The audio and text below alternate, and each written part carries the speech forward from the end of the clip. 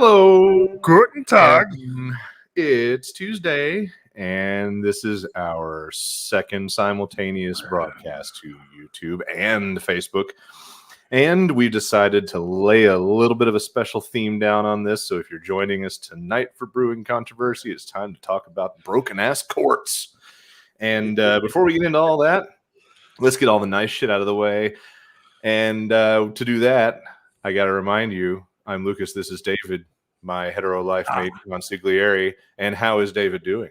I'm doing well. I'm enjoying the fact that, Tennessee actually has snow. Yeah, I've been waiting to hear how it went. It seems like there's like a 2-day latency from when things happen with winter weather and when people actually talk about it on social media.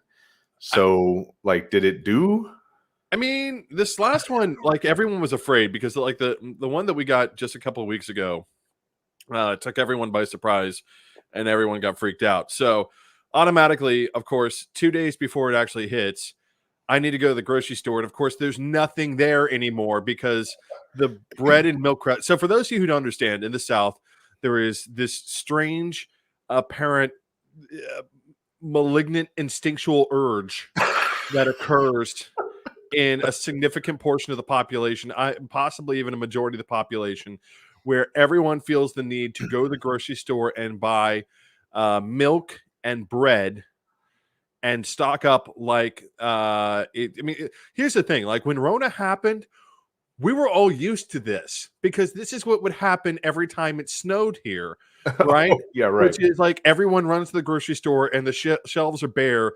Like we're going to be locked into our homes for weeks on end. And somewhat in their defense, like 20 years ago, that did happen once, right? But one time. Never since then. Like it hasn't. It doesn't. So of course I had to go to the grocery store, and of course, I'm walking away with I was so happy. I'm like, the last bag of tortilla chips is mine. It's mine. I have a mental image of you running in big guy slow-mo down an aisle. Well, I completely ganked it out in front of some elderly guy. Jeez. Just like, how you doing, Grandpa? Oh, nope. Guess there's no more tortilla chips. Well, Sorry. If you joined us on the stream on any given network, please feel free to say hello, drop in your comments. We will try to feature a good smattering. We don't expect to be able to feature everything every time, so give it a shot every time, and we'll try to get everybody in here. We don't want to crowd up with too much comment and not enough ability to talk through. So say hello, crack open what you're drinking, because we are. I've been interested in the news cycle and all the chaos thereof. I know everybody's pretty much been seeing the continued coverage of the Texas synagogue. Every time I see the stuff about how they talk about, how did everyone escape unharmed from the Texas synagogue? I'm like, don't tell them how you escaped unharmed. Let's keep these secrets from the terrorists. Thank you. But I did have a really funny thing I kept seeing, and I brought it to the table to add to our welcome banter. Yeah. So if you've been watching footage of this Texas shit, you've probably seen this picture. All these FBI dudes in camo and police guys. And what stands out to me here is that the whole story is about how this terrorist guy that buys into the Jews are behind all the bad shit kinds of rumors, apparently. He got past security and into the synagogue. That's kind of the going line. And I'm kind of wondering about the security here because I can't help but keep looking at this guy and his apparent Sharpie written FBI. And I'm just not sure. I'm just not sure. Yeah, again, I got blown up on my screen. I didn't see that. Well, there's this group of guys. Oh my god, you're this right. clown. It is like Sharpie written. It looks so screwed up compared to all the other guys, which apparently are at least spray painted with a stencil. So, I hope they checked his ID. Anyway, so there was that, and then I keep talking about it, and I finally put it together, and I thought this would be a good week to bring it back into our discussion. I kept promising you that I was going to dance around on the grave of the Nathan Bedford Forrest statue there in Nashville. So I went and collected some news footage from one of the Channel 5 news guys there in Nashville, where he had covered the statue's removal. And I thought, we're close enough to MLK Day that this would be an excellent way to celebrate the issue of attempts at racial progress and righting the ship of this arguably racist nation. So I put together a little tiny package of footage. I've taken the moment here to enhance and slow-mo the most glorious sound you will hear possibly this decade when it comes to sticking it to white supremacy. And then there's another piece of this that you'll see where a piece of the statue falls in a way that makes it look like Forrest is shitting his pants right at the end. And I've given that a little extra love too. So kick back and enjoy, turn up your speakers so that you can relish in the cracking and destructive sound of a statue that never should have been built.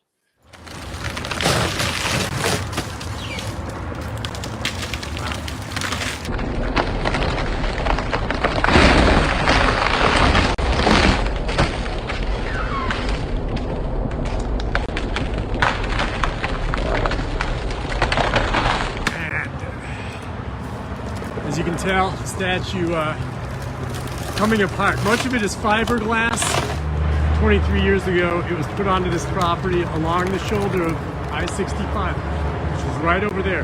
Thousands of people would see it every day. It wasn't clear how long it would stay up with the controversy around it, but Bill Doris on his private property wanted it to remain, and it did for 23 years until his passing last year.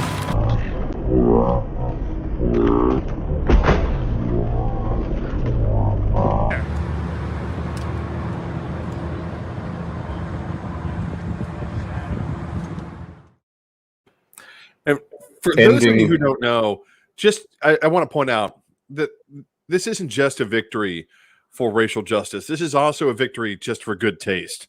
Because, oh my God, that was the most ugly statue you'd ever seen in your entire life. Like, seriously, like, and it ended like it always should have. It ended with Forrest face down in the dirt. So anyway, it was nice to kind of go revisit that this week, given that we really don't have that much to be proud of with the general topic of race relations at the moment. And I did appreciate that most every major leader or activist yesterday spent entirely all of their time pointing to Congress saying, no, fuck off, quit celebrating, quit trying to honor Dr. King, and honor Dr. King with your fucking actions, you imbeciles and you pricks. Well, I mean, McConnell trying to on one hand praise Martin Luther King, and then on the other hand trying to explain why he wasn't going to support protecting voting rights. Right. What? Yeah. Wild. So now we get into the weird twilight zone that we continue to live in, but it's in a very interesting place. First of all, my morning started with this footage on the news. David and I talked about different topics, and I've been pissed off about the Supreme Court's choice with OSHA and the mandates. And so anything that touches on the topics of masks and safety and vaccinations, and this guy has been going around viral today, and I think he is my new spirit animal when it comes to this topic. Ustedes, antivacunas, bola de imbéciles, ya dejen y por lo menos pónganse el cubrebocas y dejen de estar fregando al mundo. Si tú, antivacunas, eres un imbécil, ponte el cubrebocas. Ahí te voy. He's my favorite person in the world this week. That dude wins the internet. Oh boy, Brian's here. Hey Brian, aloha. And he's expressing the love for the the television host Unhinged in Spanish. Beautiful, absolutely beautiful.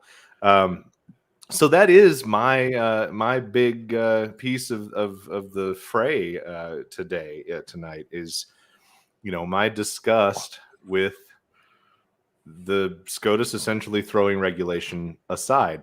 And I'll talk to that in just a second, because for me, it says nothing's safe, but we're going to explore that and figure out what it means. But if you've been looking at our posts right before the show, you may have seen a post about this general subject. And in case you're wondering why we've told you to go out and buy a Carhartt today, an amazing additional twist to this Twilight Zone universe. It has been the subject of controversy that on Twitter, a memo from the CEO of Carhartt was leaked, and it reads, "We and the medical community continue to believe vaccines are necessary to ensure a safe work environment for every associate and perhaps their households. While we appreciate that there may be differing views, workplace safety is an area where we and the union that represents our associates cannot compromise. An unvaccinated workforce is both people and business risk that our company is unwilling to take." And they have been in the Twitter shit. Obviously, conservative Twitter has been losing their fucking minds. They're calling the socialist police as we speak. Oh my God, someone string on them a up private now. corporation, on a multi, tens, I don't know Carhartt's market share, but I'm sure at least tens, if not hundreds of millions of dollars. Yeah, they're huge socialists, right? I see them at all the meetings. Right. And then, of course, the liberal side of the universe is now finding lots of reasons to praise them. And like me, starting to eyeball what mildly overpriced redneck working man gear can I adopt as a statement of my support. So, I mean, anyway, I would say we would look nice in Carhartt overalls if not for the fact that we're both too fat. but in a way, that's kind of on brand for overalls, right? I mean, That's kind of the problem. you It's know. like, why do you think you look good with something? I don't understand. You're just kind look of a fatter. pre-gray hair Uncle Jesse in a way. You know, you could get yourself a white pickup truck, and I don't know. I don't know where I fit in that analogy. I'm not buying it unless it's a Ford 150e, which I don't remember what Uncle Jesse drove, so you know, I was a big fan of Dukes of Hazzard, but I'd get a 150e, mostly because they're cool. But you know, so the big thing for me is, and I realized that there was some carving out and some surgical application, but a very partisan split of the Supreme Court deciding that OSHA doesn't get to do their job, basically, and that's what's had me kind of up in arms. Brian's got some advice for us. Long sleeve flannel shirt. I can get with. They don't. I don't know about you. They don't fit me right. I haven't tried. Carhartt. I mean, I have a pair of Carhartt boots. Well, there you go. See, you're already there. See, I got a pair of Carhartt Maybe boots. that's what I need to do, because I need to get some like midpoint, like hiking outdoor going around, but not snow boots. There's my Carhartt boot. There you go. See, you're already ahead of the game.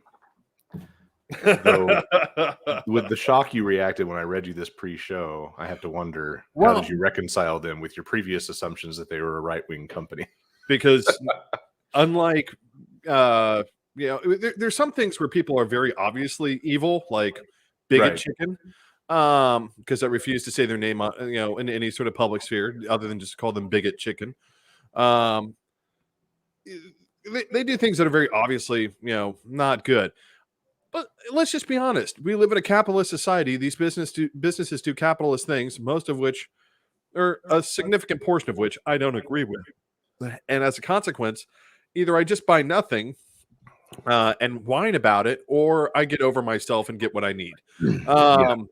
So I needed, I have a big thing about, except for the shoes I'm wearing right now, I need good boots. I need steel toe boots. And Carhartt had a good deal on theirs. I got to say, I'm not as impressed with the soul on those as I am with stupid goddamn Doc Martin. I got, dude. You can't beat the doc. I don't know where they're. I normally have my shoes You lined up. can't beat the docs, man. Dude, those souls don't die. Like No. these, I need to get resold.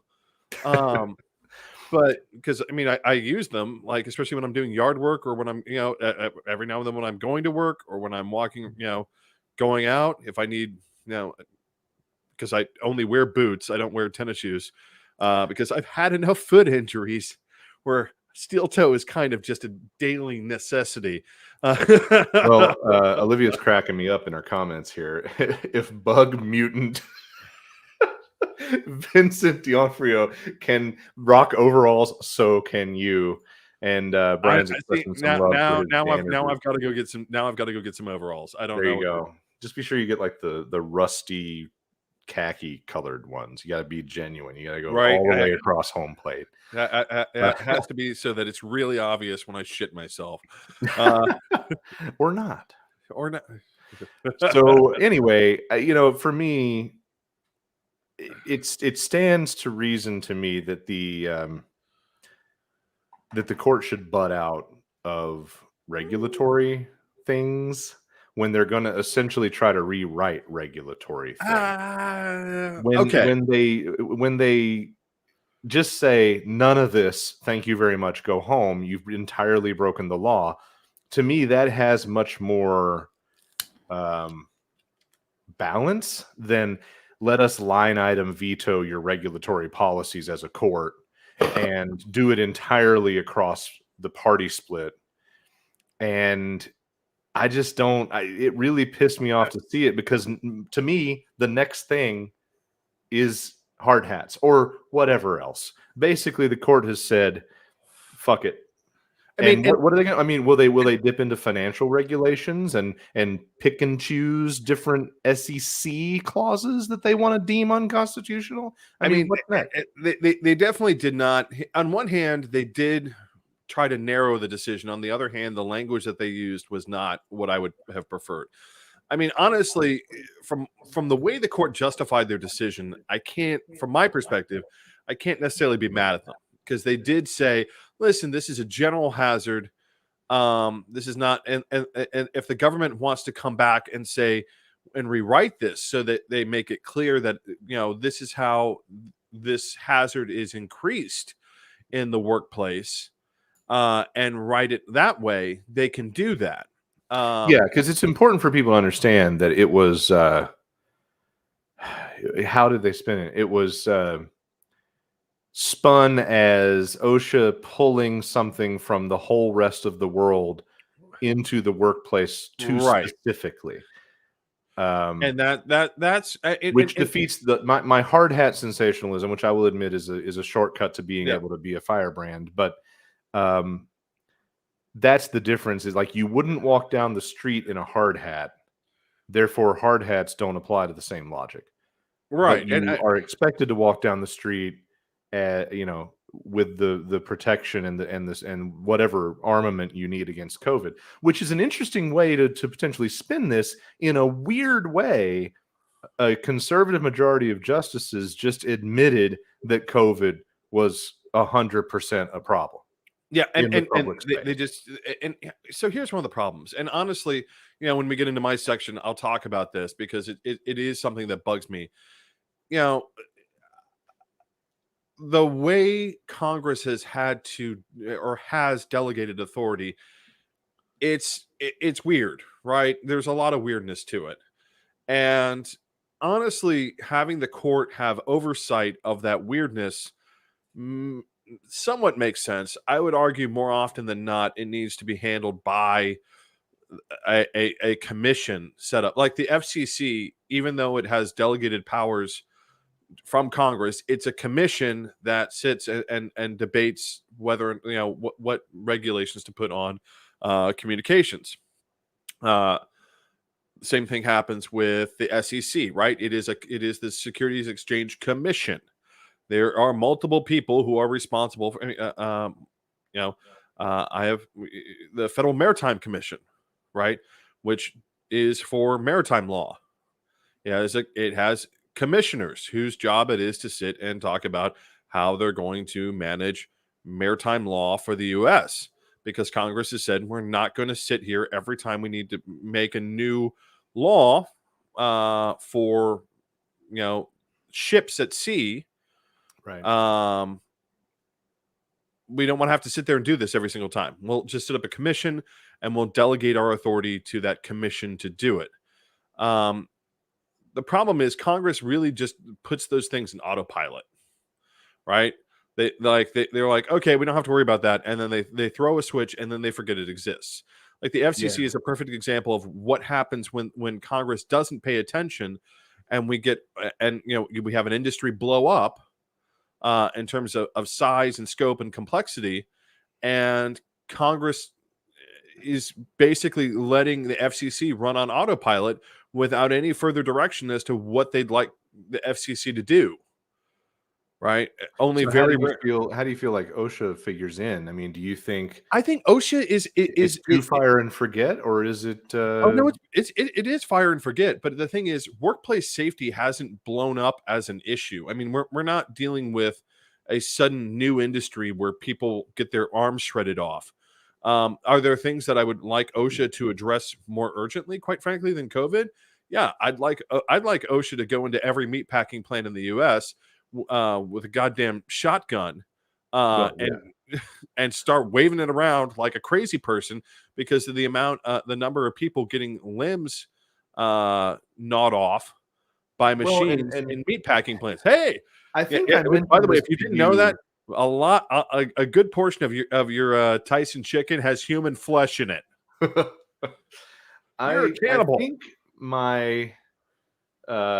my point to you earlier in the week or last week after this ruling, I think I mentioned an analogy for non-slip mats in bars and restaurants, because to me, hard hats is a great shorthand to get people talking. But to me, this is a much more analogous thing to the non-slip concept. They're essentially saying, no, you can't mandate that. The worker has to just figure it out for themselves. So if you don't wear some non-slip shoes, fuck off, you get to bust your ass, because there's no more rules about a mat. And non-slip shoes are a reality outside the workplace too. What if it's slippery on the concrete at the entrance to the building? That actually is what happens. What you just described is what actually happens. And see that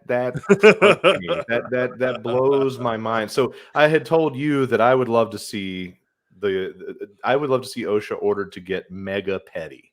I would love to see OSHA go into high gear all the way until whatever 2022 election, 2024 election. Just go nitpick and dissect every fucking thing. And coincidentally, happen to lean on the companies that don't pull a Carhartt, that don't take it on their own to do the right thing. I think part of my problem with OSHA in general is that when OSHA was founded, they were looking and continue to mostly look at industrial matters. Mm-hmm. And the problem is that in reality, and the part of some people's frustration is, especially in the 90s, as clerical and office work exploded in the U.S. and became the mainline blue collar job in America, is to do clerical work, not in you're not in a factory, you're in a cubicle. Yeah. And we need to stop calling these white collar workers. They're not. They're blue collar workers. They get paid like blue collar workers. They are blue collar workers. Blue collar pencil pushing, right? And OSHA tried to maintain its relevance and did get pretty petty about how they were doing stuff, and there was pushback. There was a lot of blowback, and honestly, I can't necessarily fault some of the blowback, because OSHA did decide to get up in everyone's grill. Mm-hmm. In a way where you're like, are these really occupational hazards, or are these just general hazards of existing? And that's where the court came back today. So do I like the decision? No. Do I think that the court failed to consider the broader implication of a pandemic? Yes. The court even kind of admitted, like, well, we see that this is a thing. However, because of our judicial philosophy, we're not going to pick it up. We're going to make this all about whether or not OSHA has 100% legitimacy in making this rule. And of course, I can't, as much as I hate to say it, I can't fault them for that, right? For ruling how they did, considering that. I think that they failed more generally in the need to consider a broader idea of what was going on. Olivia points out what they should have done at the very least, because it's already under OSHA's current purview, is forced employers, she's clarified later in another comment, employers to offer vaccination after potential on-site exposures. There's a litany of and that would have made sense, except again, in their judicial philosophy, they aren't allowed to ask that. Originalism is a bitch. Yeah. In terms of what it likes to think it can do, and what the only thing to think of when really to acknowledge when it comes to originalism is, can originalism be fair? Yes, it can. When confronted with a conservative talking point, will originalism be fair? No. Right. Right. Well, I mean, the last time I just want to point this out. I mean, the last time we saw originalism actually act in accordance with originalism in the court was, the Kelso decision, which was, no, unfortunately, even though conservatives don't like it, government can condemn your property whenever the hell they want for any reason they want. The thing that really, I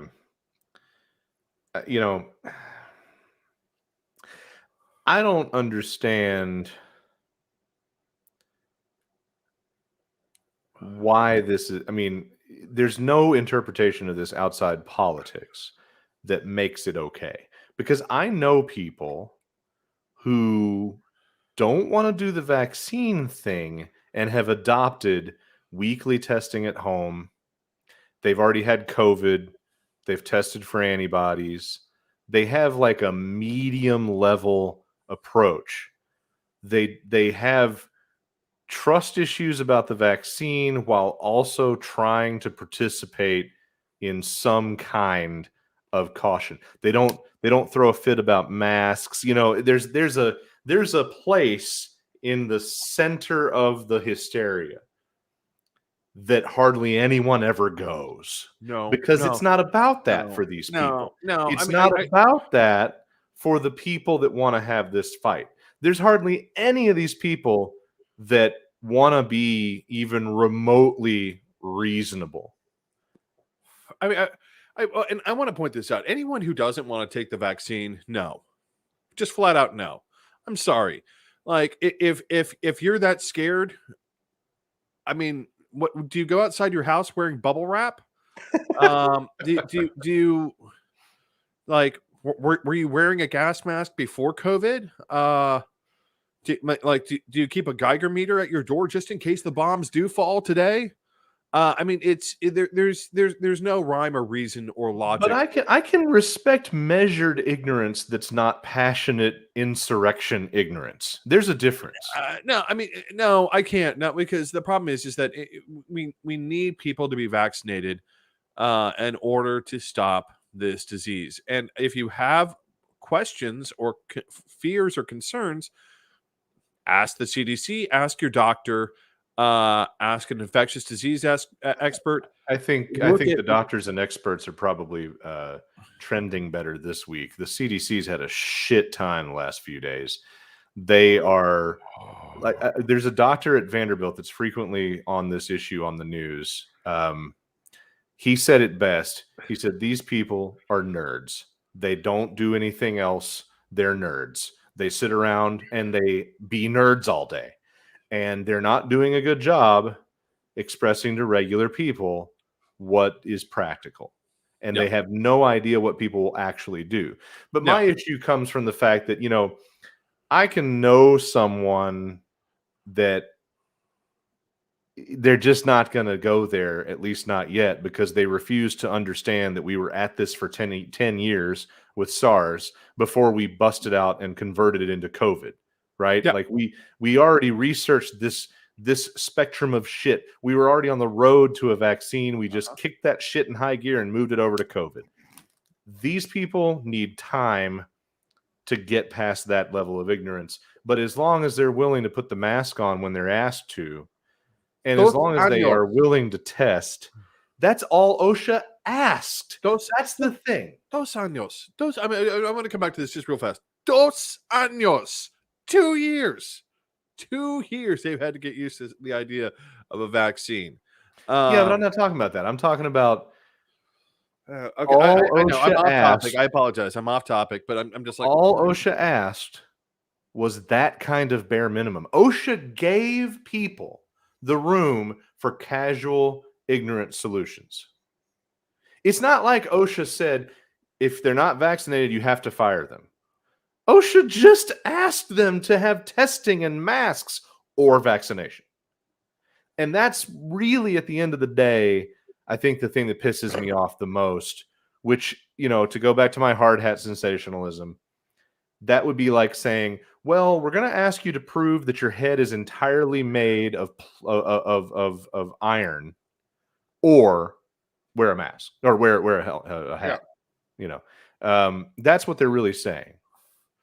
And you know what? I think John Bush is here. Hey, John. He says he's so glad that he joined today because he missed. You missed Pipe Daddy. Anyway, that's right. Eat your heart out, Murrow. I can smoke this thing better than you ever did. This kind of brings us around to your introduction to our larger scope. And what you've been talking about a lot is kind of the roots. And we've promoted this theme tonight with broken court. And the question now is why it's broken. And it's not necessarily just SCOTUS, right? There's like other levels. SCOTUS is particularly fucked up. It's particularly fucked up, and it's fucked up for this reason. And I actually went and did just a quick check just to make sure I wasn't talking out of my ass.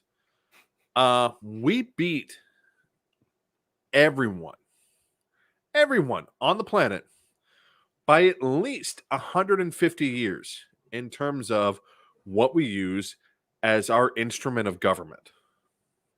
That is to say, the United States Constitution. Everyone else on the planet has at some point said, you know what? This thing's getting a little old. I think I need to update it. And actually, it's gotten so bad the trend started in the 1980s, and by the 1990s, it was in full swing. Up until the 1980s, the most copied 2 documents on Earth were the Bible and the U.S. Constitution. Copied as in literally copied, or copied as in... Yeah, literally, they were copied. Reproduced. Got it. The U.S. Constitution is not anywhere near number 2 anymore. The reason... Like those copies back there. Right. The reason is because everyone decided to start reading something else. Of all the things, the Canadian Charter, right? That's now, if other governments are now looking at how they want to reform their government, they use Canada, not us. I mean, I can't say they're wrong. The problem is, and like with OSHA, right? And I was kind of alluding to this, but I mean, right now we've gotten to a point where we've just kept on piling on jury-rigged stuff that the Constitution doesn't speak to. It's like a duct tape. It really is. We have been doing duct tape. I mean, and I women's suffrage was the last major change that we made into how we organize government, and that's over 100 years ago now. Right? It's been 100 years since we've made any true functional change into how the Constitution works. All the rest of the time, we've just been relying on the courts to make shit up.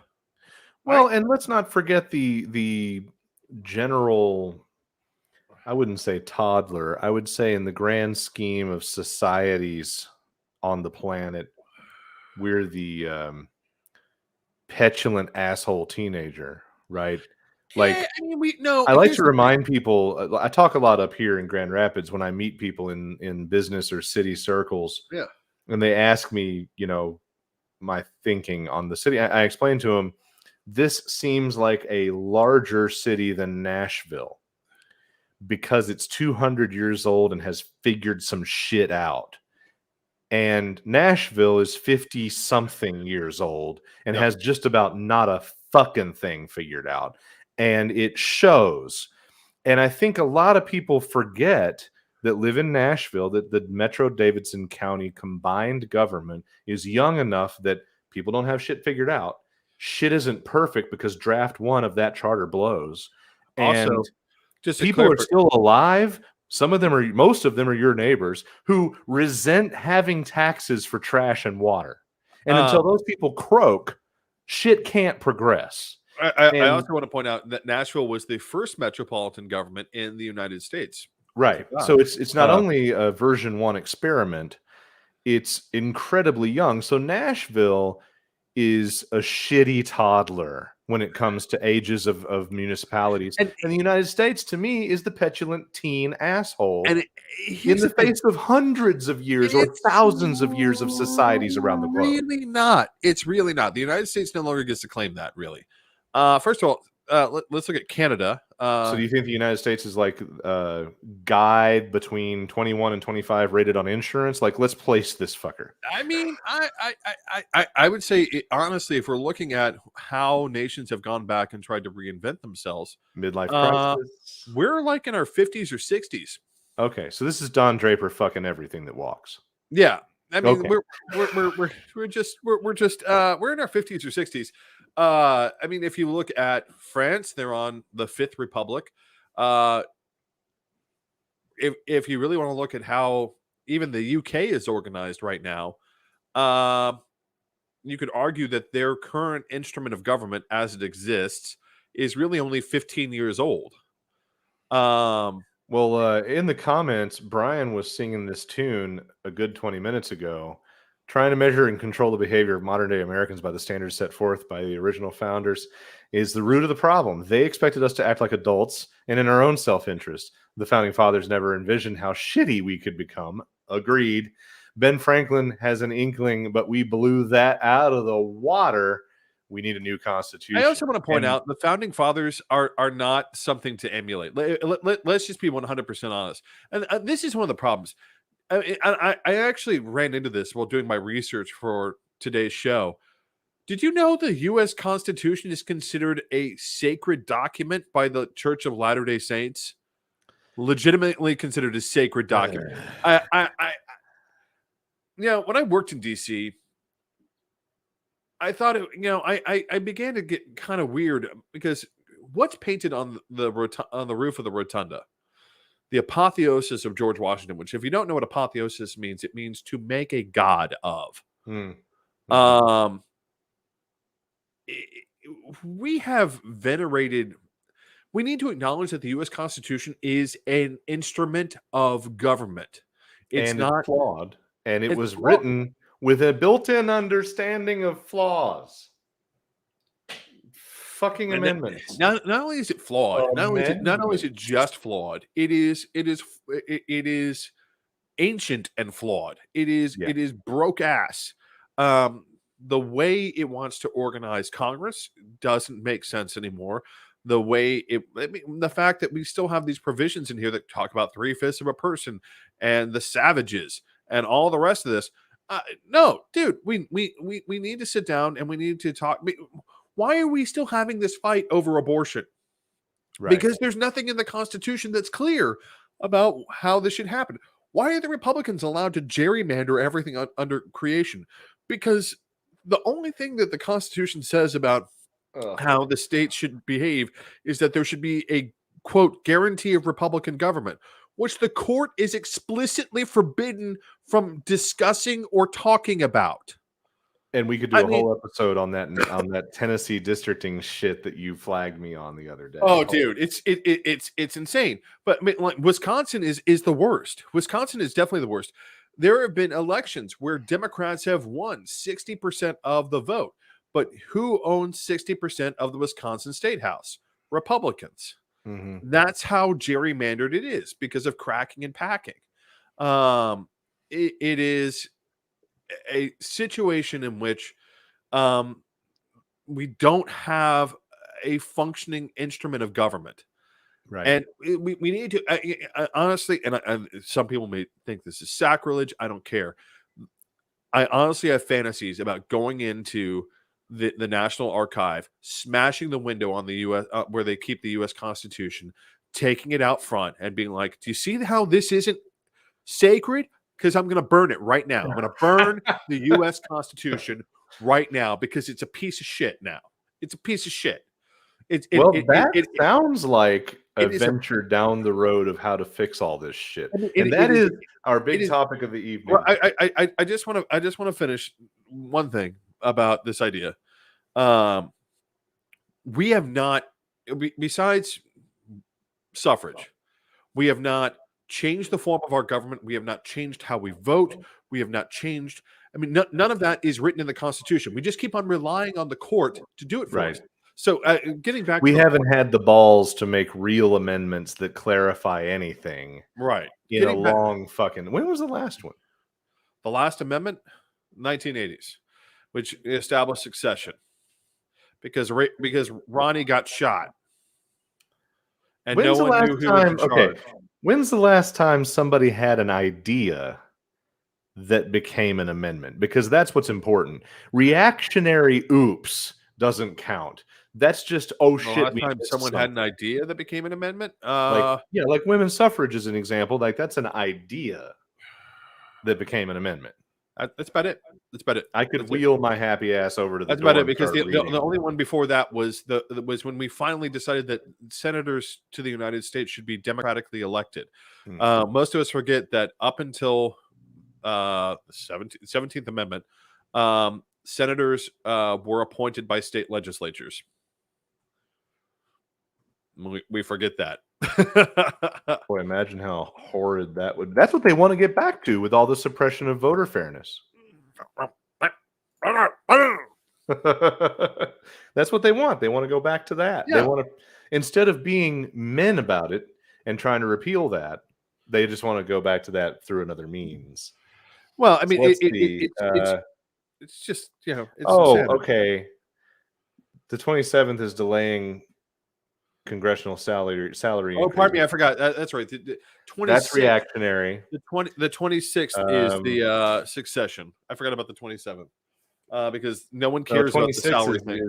Is prohibiting denial of U.S. citizens 18 and over to vote on account of age, which I think is also got some other shit in it. Succession's 25th. Okay.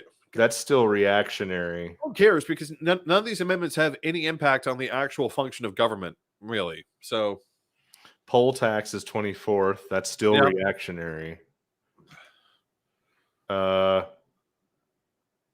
Gee whiz. You got to go back to find something that was just an original idea. Like, hey, we missed this great idea. Let's include it. Yep. Pretty much.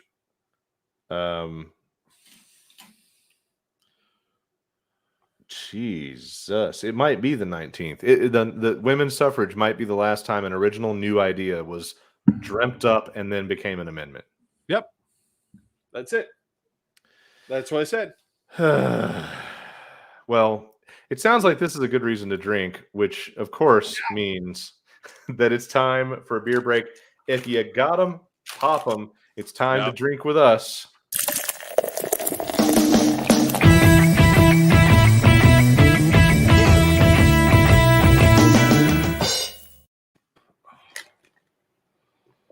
Who goes first? You go first? I go first?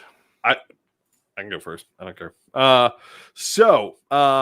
Bearded Iris is a Nashville institution. Basically, it used to be Yazoo Pale, except Yazoo started to kind of get weird and sometimes suck. And so if you're in a bar in Nashville, it's pretty much standard that they're going to have Bearded Iris home style. Now, this is their double home style. And I got to be honest, but there's absolutely no no difference. I mean, like it's got a little. I wasn't sure where you were going with that, but that's funny. No. There's no difference. I mean, literally, just to clarify, once you have one sip of homestyle, like or 2 or 3 sips of homestyle, it has completely destroyed your taste buds. Just to begin with, it's annihilated them. Show the can. The can. I really appreciate the. I mean, as a design nerd, obviously, I'm gonna be. Yeah, let me pull a can out. A little biased. I go for designs, but in fact, here let's give you the big box. There we go. There you go. Home style. Yeah, I like the classy Bearded simplicity there. It's pretty cool. But I mean, just to clarify, like whenever you're drinking home style, like again, like it's got such a strong bitter, such a strong citrus flavor. It really is like sucking on a slightly sweetened lemon. I mean, but without as much of quite as much of the citrus. It's got it hops it, so the bitter doesn't come from the citrus. The bitter comes from the hop. So it's like you soaked a hop in grain and then sucked on it. I don't know. Brian is not a fan of the design. He says it looks like an air freshener issued by a hotel, which is trying to be classy. There's no lie. But yeah, I mean the double products are trying to be classy, so the beer being a classy layout, I see it. The only advantage to this is that you might save a little bit of money because it'll get you drunk a little bit faster. What's the percentage? 8.2. Oh, you're ahead of me. Yeah, it's 8.2 as opposed to I think it's like 6.0 for the single. Honestly, if you're looking for someone who actually does something different when they double something, New Heights Navel Gazer, double navel gazer, that's probably something that will do something better. I can't, I want to be clear. I'm not downing Bearded Iris at all. Maybe a little because there's nothing at all different about their double version from their single version, but it's the reason it's in every Nashville bar is because it's a great standard, right? It's a good go-to. It's if you want to sit down and drink, 4 or 5 beers over the course of a few hours, and just sit and have fun with friends, and have a good IPA that is good reliably out of every keg. That's exactly, and that's the other thing is the reason the other reason is it's so reliable, right? Yeah. If you've got dirty lines, Homestyle doesn't care. If you have, if you haven't changed the keg in God knows how many months, Homestyle doesn't care. You can order a Homestyle and it will always be a good, solid IPA. That's fair. Again, I don't dislike this beer. I just wish that it had something else other than simply being Homestyle, except more alcohol, which luckily you can't taste. So. Well, I don't have a pretty can to show off, but I was able to finally try out Creston Brewery. So I've been drinking it the whole show because I bought a crowler at 3 p.m. today to make sure it was good and fresh.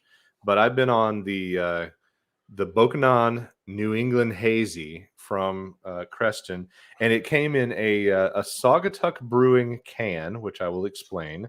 But this is a 7%er. It's Michigan, Chinook, Simcoe, Amarillo, Mosaic, and it's hazy, double dry hopped New England style. It's good. It's a lot like, I would say, first of all, it is one of their go-tos that a lot of people know about, and I would say that it's in that same breed of like, if you want to go to this brewery and have a good IPA and sit down and enjoy a few, this is a good go-to. Went for the first time last week. I think it was Thursday night. Did a little flight. They actually have. I didn't get the beer because I didn't feel like it was remarkable among coffee porters, but they have one that is. You know me, I'm a sucker for city trivia and references. So they have one that's called the Great Log Jam of 1883, which is literally a description of an event that happened on the Grand River here in Grand Rapids with the furniture industry and the floating of logs, the Great Log Jam of 1883. It's a good beer, but I didn't feel like it was remarkable enough. It didn't blow my face off. They do have a barrel-aged stout of some kind. It was pretty good. It would stand up next to some of my favorite barrel-aged. So I had a good flight. They've got good, tasty food. But the deal with them is that they went out of business. COVID kind of did in Creston Brewery. And the extra sad part of that, with our nod to MLK Day, was that it was a Black-owned business. So there was a lot of disappointment for me because, trivia fact, it's 1 block from the school. So every afternoon I drive past this building and it says Creston Brewery. I'm like, oh, sweet. There's a brewery next to the school. I know what I'm going to do. I'm going to go and work from the brewery and eat lunch and drink beers and do work until school lets out and balance the buzz the right way so that I'm good to go and be conveniently located a block away. And just tell the kid, you need to walk down here to Creston. I'm at Creston. Well, A, they don't open until 3 p.m., so that plan is blown out of hell. And then B, they originally were that brewery that closed. When I started to research it, I was like, shit. It looked really nice. It looked like, it had great reviews. It was Black-owned business. Like, there was so many good things going on. And fortunately, Saugatuck Brewing purchased Creston and has preserved all these recipes of their classic standard beers that people loved. And they're operating as a completely different or a completely independent brand. But the crowlers are still just Saugatuck crowlers. So there was no crowler to come and show off like your can. But they are honoring these beers and keeping them around. And I like the fact that the owners previously were able to sell and get some money and move on. And that's cool. It's better than just having to fold up and fail and leave. And Saugatuck's been around for a while. You've seen me drink the Campfire Brown on this broadcast before for Saugatuck. So I think it's really cool, and I'm glad to see it thriving. They have comedy going on upstairs. They have an upstairs venue space, and they're taking on a displaced series of comedy shows because there's a venue that's closing, which is kind of neat. So yeah, it's cool. It's neat. It's right across the river, a little bit of a different neighborhood / district than we live in. But I was really happy to be able to finally try it out. And of course, it's still in the New Holland Stein, but it's not my usual go-to easy phone in. They need to start calling it Refuge Brewery, apparently. Refuge? Well, I mean, it seems like it keeps on taking on refugees. I don't know. Oh, that's funny. I need to do, there's a couple more over there on that side of the river that are on the way to the school. I drive past like 2 or 3 breweries, depending on what route I take. It's Grand Rapids, man. It's beer city. That's what happens. Every day, you pick a kid up from school, you drive past a lot of beer. That's the way. Nashville isn't that far off. It's just that we're bigger and more spaced out. The only reason that you drive past 2 or 3 breweries is because why the hell is that over there? Right. Why do I have to drive halfway across the city for this thing? And Brian is balancing us out, bringing us the crossfade feedback, enjoying a bowl of Rebel Sour OG. So, yeah, I really, I need to consult Brian about the best stuff to look for in the commercial just to clarify market. for anyone who's watching, this is tobacco. I'm currently being a basic bitch and smoking some 1LQ. I am not shitting you. In the past 3 months, there have been 3 cannabis shops open up within a half mile of our house. Like, these are businesses that were ready to go. They just had to get through COVID. And it's just so fascinating to me that technically, I come from Nashville. I come from a place where there's a Rite Aid, a CVS, and a Walgreens on every major corner. It's fascinating to me that now in my vicinity, there are more cannabis shops than drugstores. It's the new gold rush. It seriously is the new gold really rush. Because everyone knows that if you can, even if you can't do your absolute best, you can get bought out by somebody, right? Yeah. Because venture capitalists are looking around, looking at outfits that do a little bit okay, Yeah, right. that figure things out a little bit, and they'll be like, oh, well, we'll buy you and fold you into our chain that we're going to set up to sell weed. Oh, shit. I almost forgot. Before we leave our beer break, they did pile on the stickers for me. Oh, good So for I you. couldn't show the can, but I can show the bumper sticker. And Creston is the neighborhood, and Creston was the name of the high school before it became the high school that it is now. It was around for a while. It's like a building from the 1800s. It's bad as hell. It's like if you take Hume Fog from downtown Nashville and stick 3 of them in a row together, and then 4 of them in the back making a box. That's this building. It's just beautiful. It's stunning. So anyway, David, Pearl Cone the court's Brewery. broken. What do we do about it? How the fuck do we fix it? I mean, and as I just said, like in my section, we have a new constitution. Unfortunately, we likely have to. That's an idea. That's an idea.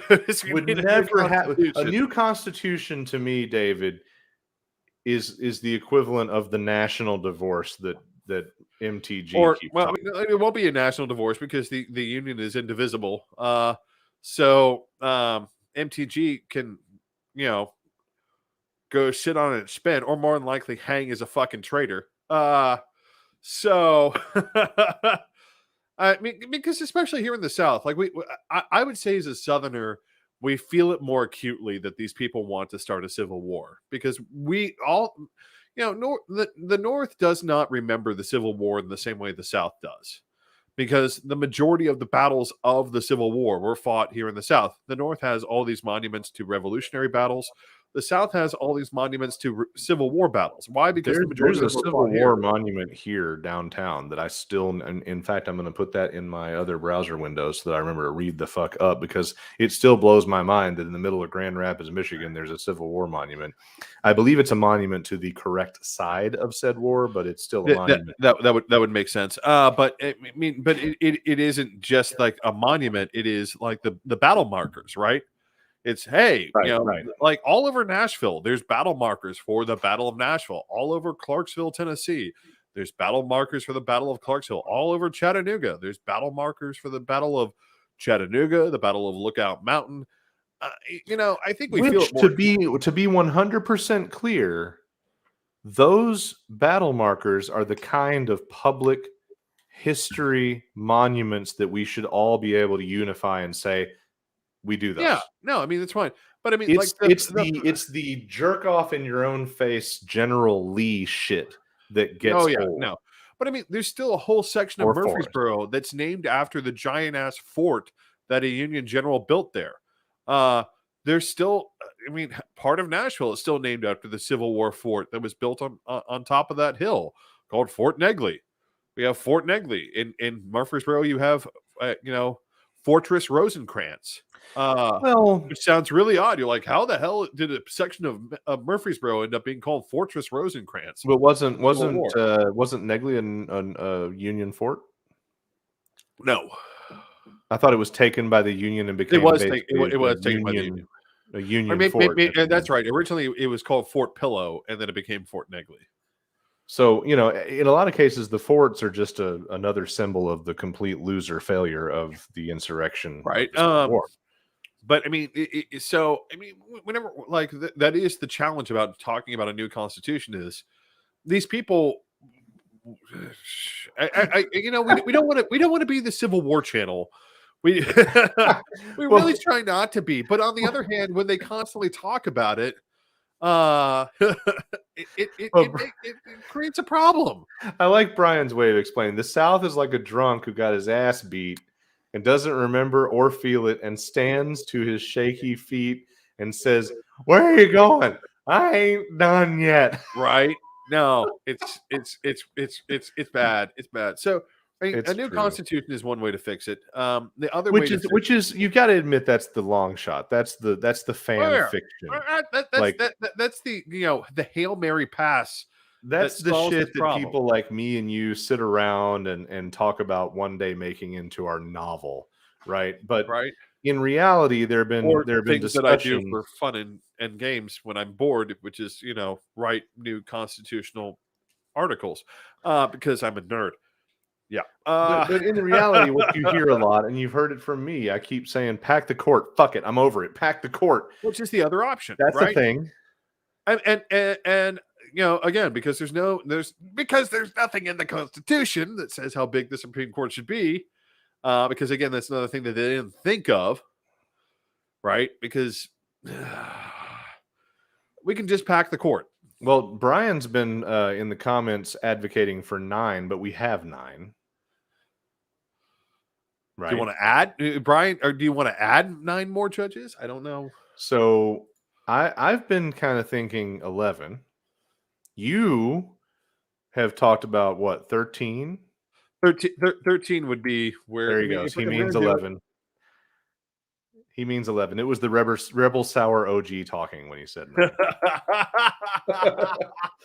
But no, like I've thought, 11 would be fine. It's really about what is fair. And I've really tried to give a lot of thought to this. The right has definitely just abandoned fair. Fuck it. Fairness doesn't matter. On the left, you still find that we want fair, and we would do fair if anybody would play fair. So when I think about it from a fairness standpoint, it's like, well, what about 11? Like 13, that's a pretty devastating majority. That's pretty one-sided. Maybe that's a little shitty.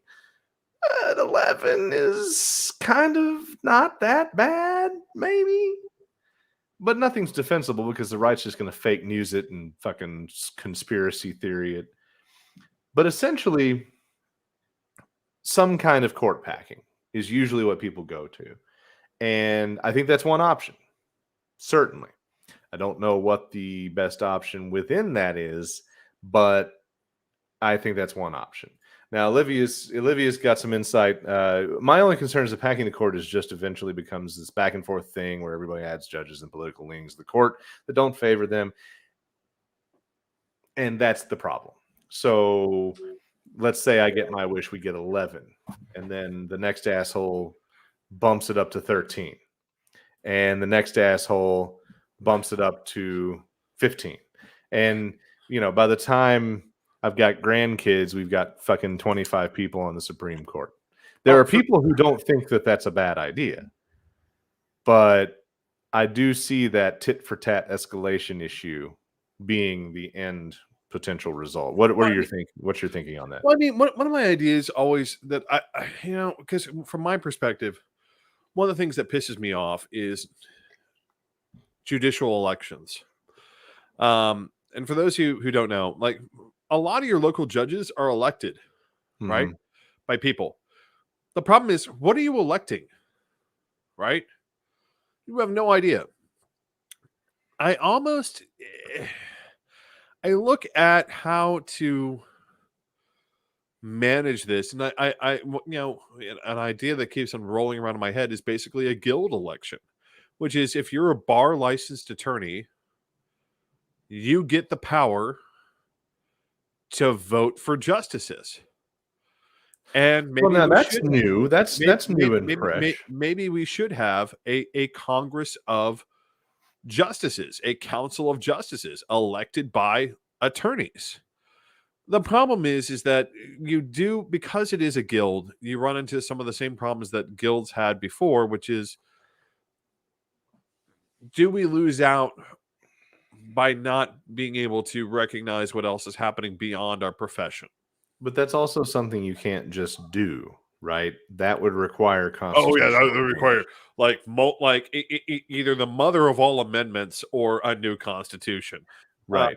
So that's still kind of in circle jerk fantasy land. Now, you sent me the other day this article is a piece from Politico. It was Politico talking about another way. And I don't know if they were claiming it. I was unclear if they were claiming it as their original idea or if they were simply championing it. But They were championing.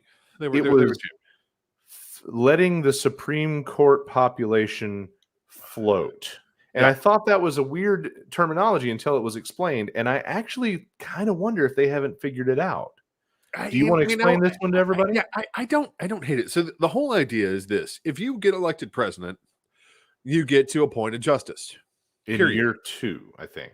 No, in year 2, you get Or to after a year, I think. after a year, yeah, you get to appoint a justice. right. If a justice dies, you don't get to appoint another justice. If a justice retires, you don't get to appoint another justice. And they would be welcomed or encouraged to be able to retire. Right. You just get to, for your entire first term, you just get to appoint one justice. If you get reelected, you get to appoint another justice. One justice. Yeah. In other words, no more of this, oh, we have to fill the vacancy stuff. We have to balance the court. No, it's every time you get elected, every time someone gets elected as president, they get to appoint one justice. And so you could end up with, a court of 10. You could end up with a court of 11. You could end up with a court of, I don't know, life-saving measures, 15, 17. Or you could end up with a court of 5 because right. a whole lot of old people all at once said, fuck this, and left. Exactly. I mean, it's an interesting idea. It does take some of the bullshit out of the confirmation process. It takes some of the pressure off. I like that. But can it be done in and of itself without altering the Constitution? That's the question I came away with. Well, no. See, so we're back to the same problem that our log jammed yes, it can. Yes, it can. Yes, it can. We can do this without altering the Constitution. How so? Act of Congress. Yeah, I know. How? All Congress has to do is pass an act. But if you fuck with too much of the constitutional decree that the justices are appointed and confirmed, I mean, it's I don't know how. So here's the problem. Congress has ultimate authority over all Article 3 courts. Yay! Which includes the Supreme Court. Yay! So Congress can pass an act that says no justice, a president gets to appoint only one justice on the second year of their term and no other justices. Congress can do that right there. The only issue that I have with it is there's 2 issues. One is it constitutional? Because does it interfere with executive authority? For the power of the executive to fill positions in government, right? The president gets authority to fill positions in the executive, subject to the advice and consent of Congress. The president gets to appoint justices on the advice and consent of Congress. If the president wants to submit another justice, does the court say, you can't limit that? I don't know. I'm going to be honest. That one's fuzzy to me. Let's get nerdtastic, David. Put your lawyer toque on. Shit. All right, let's do this. Article 3, Section 1. The judicial power of the United States shall be vested in one Supreme Court. Check. Under the floating court idea, that's met. And in such inferior courts as the Congress may from time to time ordain and establish. This has nothing to do with the inferior courts. The judges, both of the Supreme and inferior courts, shall hold their offices during good behavior and shall, at stated times, receive for their service a compensation, which shall not be diminished during their continuance in office. Yep. It really doesn't address much. No, it doesn't. Article 3 is terribly written. It honestly is. It's because they didn't Like, know. there's a lot of shit that regular Joe Sixpacks think is defined in the Constitution about the Supreme no, Court I did. Why that we need a new isn't defined. constitution? Why we need a new one?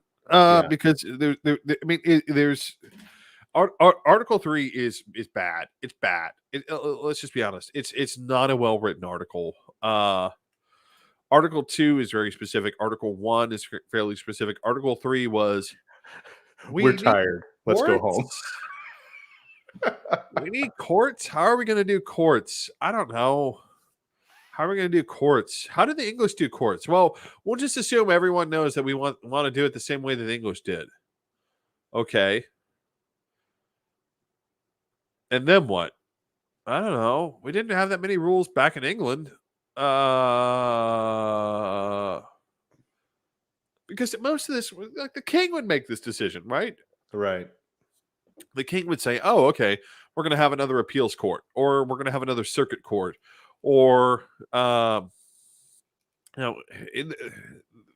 this was not something that was dealt with by the regular government in a very directed way in Age of Enlightenment, medieval / whatever England.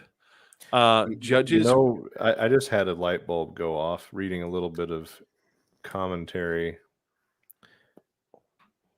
The Constitution doesn't require any inferior courts whatsoever. no, it doesn't. So that's a thing, Right? I mean, what if? Kill them. They're all gone now. And now we have a 25 judge Supreme Court that handles every fucking thing. New And York they're, tried that. Maybe they're regional. Like, you got to select a justice every 3 years from the West and the Middle and the East or some shit. I don't know. New York tried that for a hot second, and they kiboshed it. It did not work out well. It was worth a try. And I'll tell you why, which was because it's one of the reasons why New York has funny named courts, right? Because if you go through the appeals process in New York, you go to the district court, right? Mm-hmm. And let's say you get found guilty. Well, who do you appeal to? You appeal to the New York Supreme Court. They don't have a court of appeals? Wait for it. Oh, boy. And let's say you lose at the New York Supreme Court. Well, who do you appeal to? The New York Superior Court. Okay. Do you see where like they left the names in place, but like obviously shit went funny, right? Right. Yeah. So the floating justice thing, that's got some legs. The packing has some tit for tat, back and forth, typical politics. Now, the question I have about that is, can a court packing scenario float us until the politics of absolute division calms down a notch? No, that's a thing. Because here's the thing: I don't think we're. What is the impetus to leave the politics of absolute division? Old people dying will cause some of that to happen, I think. I don't think there's no impetus. There's so zero in my impetus. estimation, David, and get ready. I'm about to praise younger generations, which I don't do very frequently. Oh, Jesus! Everyone hit the record button. It's about to happen. God damn. Are you ready? So I believe in our lifetime, enough boomers are going to croak that the political social pendulum swings back to reality and normality, because conservatism, Trumpism, Republican banner issues and thinking right now are pretty lost on Gens Y and Z. Where are the Proud Boys coming from? It doesn't matter. They're tiny. Okay, so the Proud Boys don't have a platform and traction without the Karens, and the Karens are not typically millennial/Gen Y, Gen Z, Gen Alpha. I think you They're I think definitely you not Gen Alpha. underestimate I think you underestimate how disaffected the youth of rural America is. But do they give a fuck? I mean, they're going to grow up with nothing but people telling them that voting is useless and they shouldn't engage because it's rigged. Good. Stay home, you fuckwits. And that but well, I mean, so the example that I look at is what happened to a interracial couple traveling through Washington State. This happened a couple of years ago, before COVID. They were in their RV, doing a family trip across country, and this was not quite a couple of years ago, a little less, a little after the George Floyd riots and protests. I want to clarify, there were riots and there were protests. Very little property damage, though. I want to clarify. You know what there weren't, though? Insurrections. There weren't insurrections. No one stormed their state. No one stormed their We state have- capital and We have tried to overthrow the three government. levels of recent discord, and it's protest and demonstration, riot, insurrection, and there's only one movement that owns that last one. Right. Yeah. None of the George. At no point during the George Floyd actions. Let's clarify that broadly. Did anyone try and seize Lansing or Nashville or I don't know, Springfield, Illinois? No one. At no point did that try to happen. Anyway, so they're driving through Washington State, and apparently, the local youth decide that they're part of an Antifa attack force, and it's very unclear whether or not they tried to kill them or whether or not they were just trying to contain them by felling trees in front and behind of their RV as it moved through. 'Cause, I mean, this is a logging community, so they knew how to fell trees. They went full Negan. Yeah. Yeah. Oh, yeah. Apparently, a few of them, once they realized, like a few of the kids eventually realized what had happened. Like, Welcome to Washington State. right? Is that what we're talking about? They went full Negan. They did. And obviously, these people were very concerned because they realized that they had been boxed in intentionally. Yeah, but the entire thing. But again, these were kids, right? These were teenagers that decided that these were secret Antifa infiltrators who were going to come and burn down their village. Right. I feel like our whole culture is caught in the worst / most successful 4chan, 8chan prank ever. I think I really feel like that's the alternate dimension timeline that we live in, is the one where somehow the Chans made a difference in the world. Olivia points out there are unfortunately plenty of young and terrible people, maybe less than the old people, but there's still something we're going to have to deal with.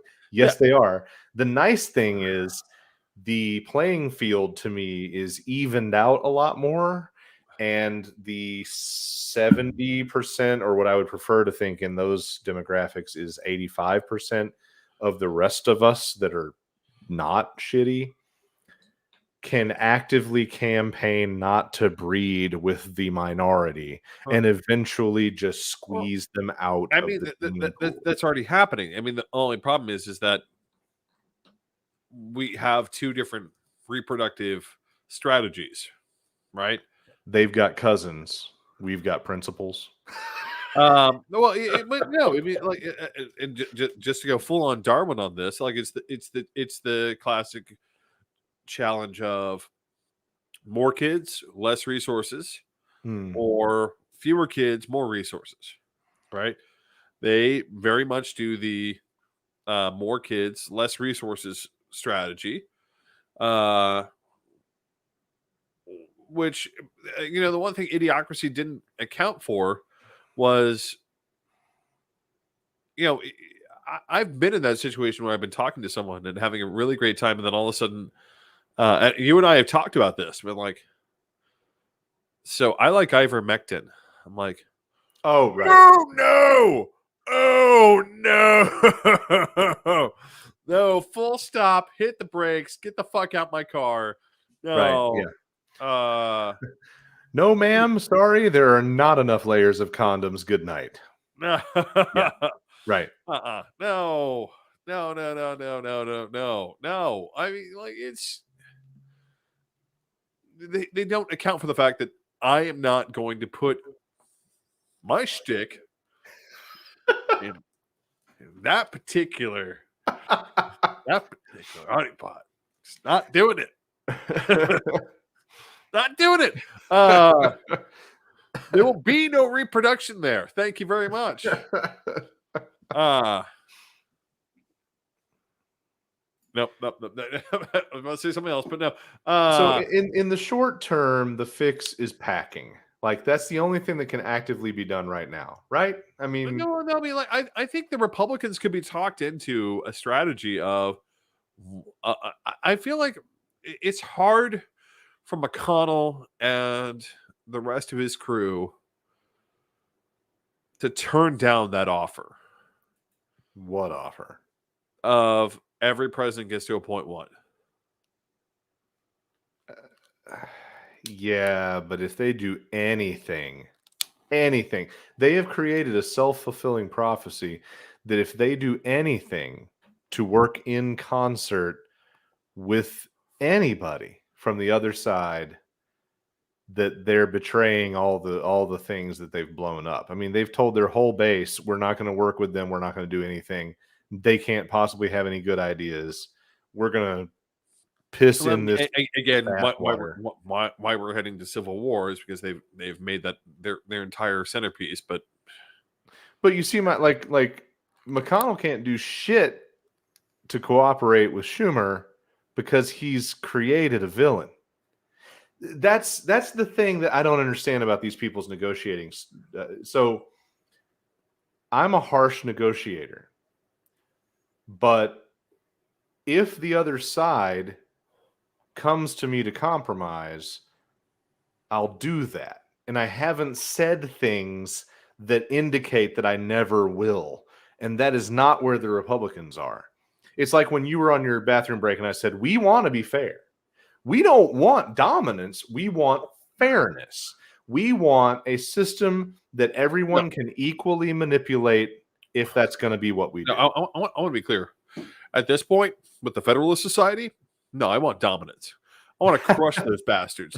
Like, it's my fucking job. I literally like that scene out of I don't know what's the movie, like Beloved, something like that. Where she like takes her heels and crushes the guy's testicles on screen. I seriously, at this point with the Federalists, no, dude, like go full on like foot manipulation, castration on these assholes. I am not. No. I mean, I'm sorry. Like, when your entire argument is Brown v. Board is wrong, Roe v. Wade is wrong, like all these things, and your argument is that they're not in the Constitution, and then you don't point out that there's no judicial review in the Constitution. Fair enough. It's just, you got to look at these people and be like, there is no negotiating with you. There was only crushing you in utter defeat, and burning your corpses and turning them into fertilizer or something, or I don't know, like chemical toilets.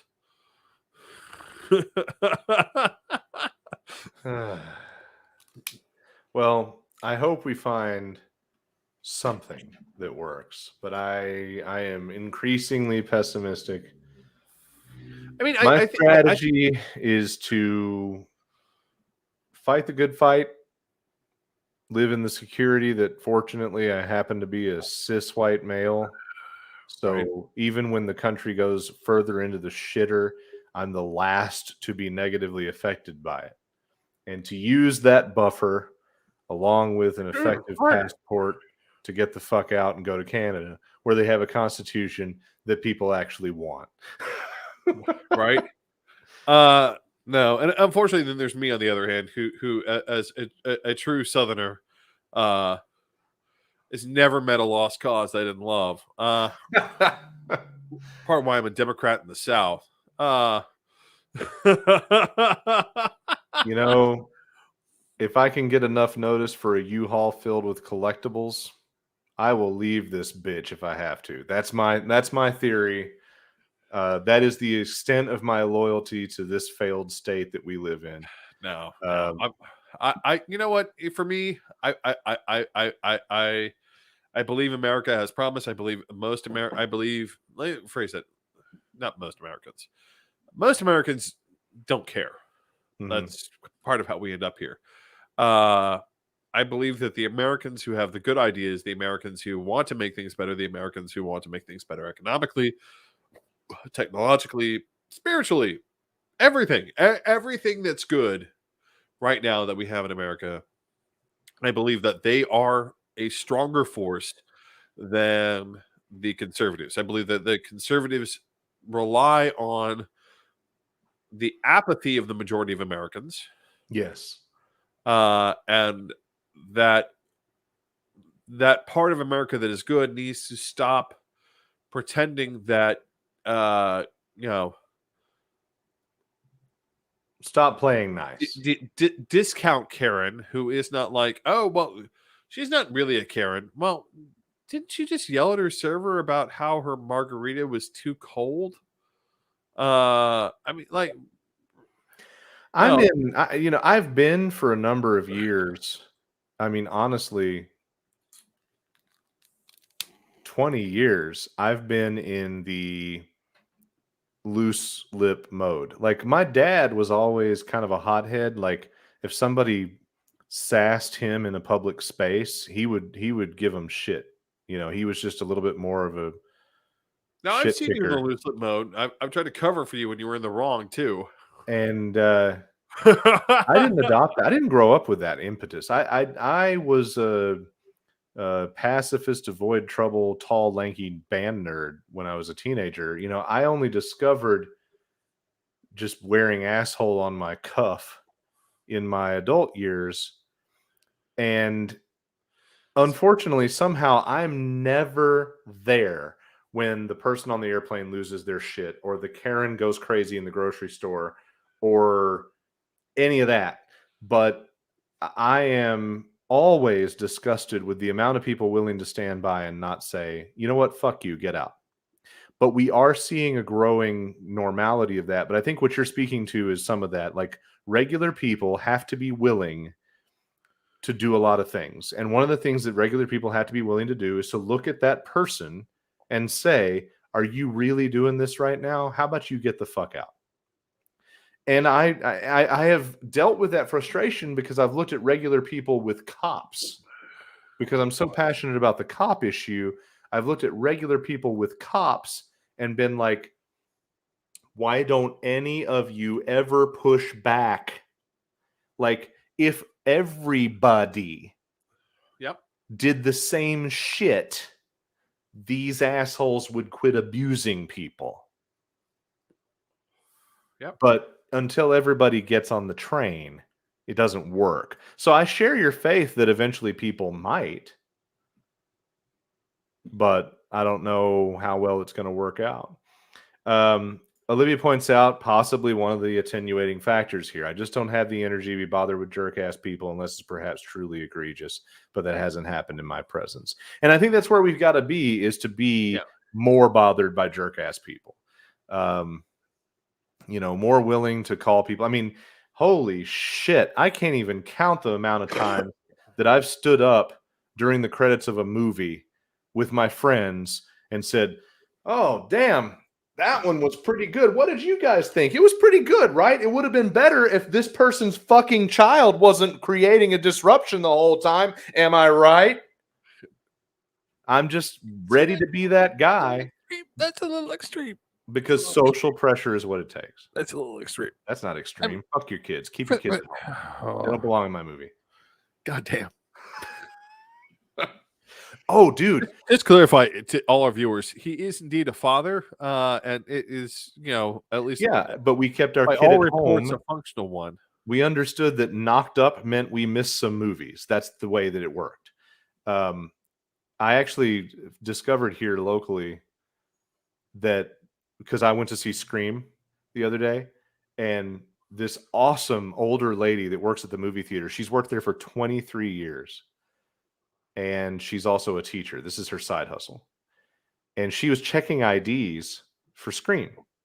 And so I asked her what the rules are, because I wasn't sure, is it a state thing?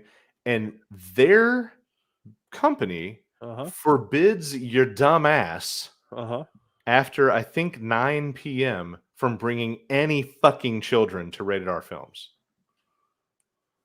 I was just like, oh my God, I love you people. Because I'm for federal laws about ratings. I would federally fucking ban you from rated R films if you're under 17, given the option. Yep. What? Yeah. Fuck you. I don't want you to bring your goddamn 6-year-old to a film filled with sick Tarantino humor so that I have to feel like I can't laugh because I'm teaching your kid the wrong thing. 13-year-old couldn't see Schindler's List. Do what? That also mean your 13-year-old couldn't see Schindler's List, just as a point. I don't know if that really matters. Anyway. All right, we've completely devolved from our topic, and we have, which is fine because I was going to digress before we sign off. So I will say we're glad to have you, but I will also just shamelessly pander. If you haven't subscribed on YouTube, please do it. You don't have to click the bell and all that shit. Do it. We're not playing the normal game. If you want to watch it, you're going to watch it. But subscribe, that helps because then we can do neat features. Do it. But the real thing that I wanted to close with, David, was to point out to people last week's discovery of your way better camera angle, which you are currently enjoying, right? So we've both had a little bit of a change of our setup. David's got a better angle. I got drunk and played with the camera. Yep. And then I got a bunch of new gear and changed things around. I can actually now choose 3 different spaces. I don't think I can go over to the wall that's over here, but I can dynamically switch up what's behind me based on what kind of meeting or stream. But I think it's necessary and interesting that we point out your decor is absolutely much more visible now. And I love that. See it. Yeah, because people can actually see the flag that matters involving snakes. People can actually see the throwback of your poster, because a lot of people have, maybe noticed, is there a swastika coming out of David's ear? And they haven't been able to see the whole post. So now people can see everything. It is a advertisement from 1930s Germany for the Iron Front, which was an anti-Nazi organization. So yes, it's pretty rad. I am really happy with the angle that you figured out, and then the Union poster behind me. So yep. And people really can't tell what's on my door, but it's what's on top. It's Declaration, Constitution, Bill of Rights. I think that's the order that I've got them up there. Obviously not the entire Constitution, because that wouldn't fit on one page, but did they fit it all on one page? Oh, well, good for them. Wait, it's a very tiny print, but on the bottom, and it's 2 columns of 6-point type. It works. Well, okay.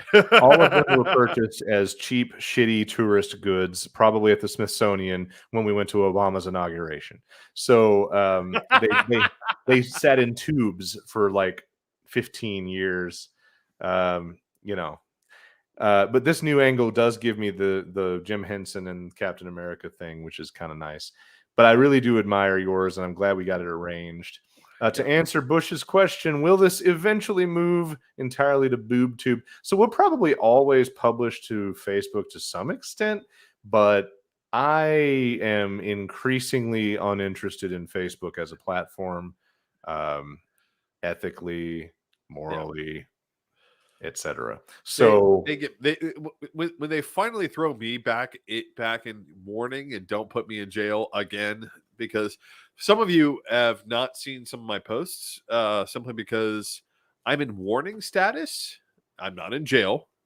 I'm in warning status. somehow you've escaped jail. Well, yeah, I've consistently escaped jail, but the problem is that when they put you in warning status, it's like a shadow ban, right? They just randomly dump some of your posts off into the nether, where no one can see them, which I don't understand why. I'm like, ban me or like put me in jail or don't put me in jail. I mean, thus far I've avoided jail. I feel like I'm Kerensky or some shit. well, Bush was voting for YouTube. Still wants to delete this fucking thing. And I tell you right now, Bushy, this is week 2 of simultaneously live streaming Facebook and YouTube. We have the YouTube page up. The website's coming after my personal website gets completed because I got to get that shit done. Yeah. Yeah, I don't know where else other than the audio podcast universe, and we're gonna have to play with that and figure all that out. And at some point, David will have some kind of weekly checklist that after we go off the air and he finishes drinking and he goes to bed and he wakes up and shakes off his hangover, then he will go download the audio and post it for right. Podcast. But anyway, that does bring us to the end, and we're always glad to see folks. It's always a fun time to see what people come up with in the comments. We hope you enjoyed it. We hope that you'll be here every time, next time, and beyond.